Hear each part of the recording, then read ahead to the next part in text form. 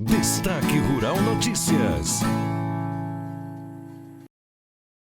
Patrocínio: Grupo Floss, Manejo e Fisiologia, caminhos para alta produtividade.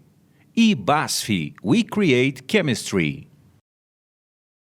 Olá amigos da Destaque Rural, tudo bem? Sou Moisés Cristiano, vim aqui para trazer as informações relacionadas à economia e também análises nesta segunda-feira. Hoje, informações importantes aí do mercado e também a gente vê uma valorização do dólar em relação ao real muito grande. Então dá para a gente tentar entender aí um pouquinho do que está acontecendo, algumas situações. Primeiro, quero trazer aqui o dado que saiu hoje, IBCBR, Índice de Atividade Econômica do Banco Central. Esse índice, ele teve retração de 0,13% no segundo trimestre, em relação ao primeiro trimestre de 2019. Já no trimestre anterior tinha havido com retração de 0,2%. Então significa o seguinte, 2 trimestres mostrando aí retração, tecnicamente estamos em recessão, ou seja, recessão técnica. Agora, o que quer dizer essa recessão técnica? Não significa que tudo está perdido. Significa que ainda há possibilidade de recuperação da economia ainda em 2019. Tanto que existem consultorias importantes que preveem aí que o segundo semestre de 2019 seja bem melhor e que a gente consiga se recuperar então dessa economia mais combalida que a gente está vivendo agora nesse primeiro semestre de 2019. Então, nada está perdido, inclusive hoje saiu mais um boletim Focus, diminuiu um pouquinho a perspectiva de crescimento do PIB para 2019, mas ela ainda está em 0,81%. Semana passada estava em 0,82%, agora 0,81%.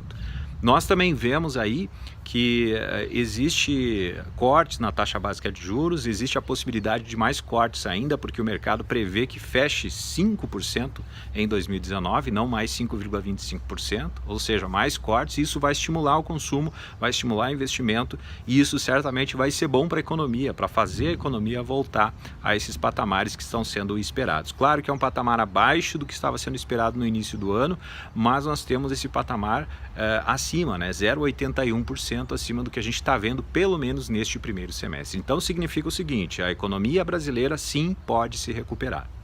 Em relação ao dólar, o dólar hoje, em função de um aumento da percepção de risco por parte dos investidores, com este canto aqui do mundo, né? Leia-se aqui Brasil, Argentina principalmente, em função da questão política argentina, né?